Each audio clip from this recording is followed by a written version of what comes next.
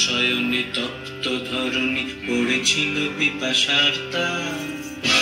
তাহারে ইন্দ্রলোকে অমৃত বাড়ির পারবার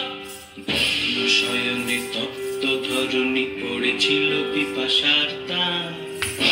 তাহারে ইন্দ্রলোকে অমৃত বাড়ির পারবার